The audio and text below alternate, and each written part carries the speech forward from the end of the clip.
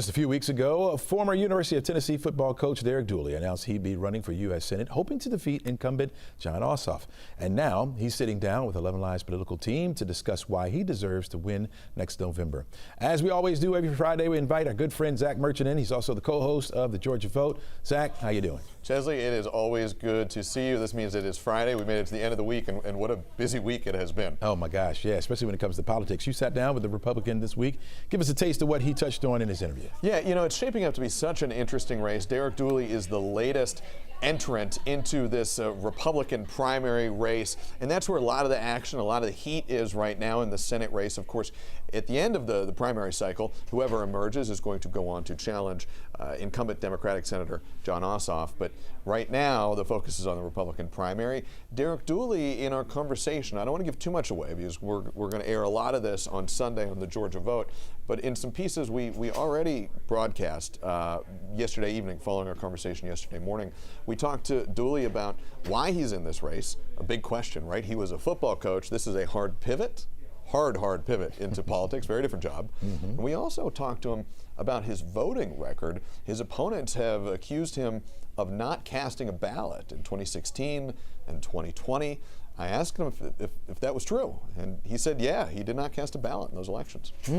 And so, of course, that's a tease for us to watch. I know you're not going to reveal it all right now. What's the state of the race? What's the state of the Senate race right now? Flexible, fluid. It's dynamic right now, I think. I mean, and as I sort of alluded to, you know, Jon Ossoff, the incumbent senator, he's sort of in two worlds a little bit.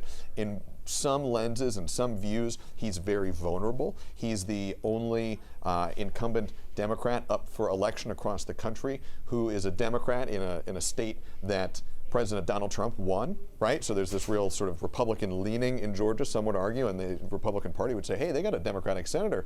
We got to flip this seat.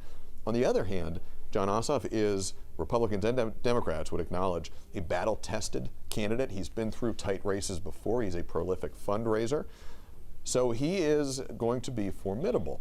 But Republicans want to flip the seat badly. You've got Derek Dooley, who's a newcomer to politics. He's been in this race for officially less than a month now.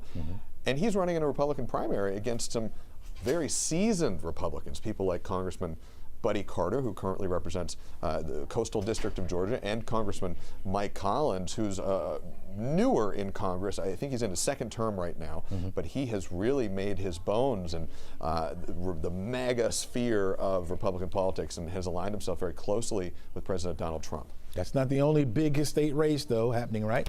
No, it's not. There's so many. One of the big ones making news this week outside of the Senate race is the gubernatorial contest.